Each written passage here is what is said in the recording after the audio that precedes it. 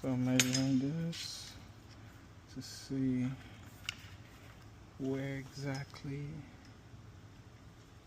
we want to put the lead.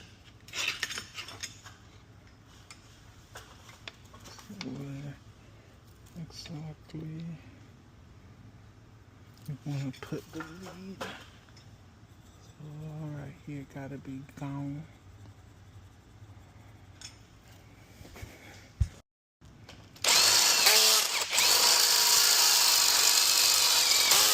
Securing an outdoor gate with a mag lock? Don't make the rookie mistake of a basic daisy chain. Here at Spearhead Academy, we teach the smart/logic way. First, mount the armature plate to the swinging gate and the electromagnet to the fixed post. Absolute alignment is critical for maximum holding force. Next, the wiring. Instead of running power directly, route it through a smart logic relay.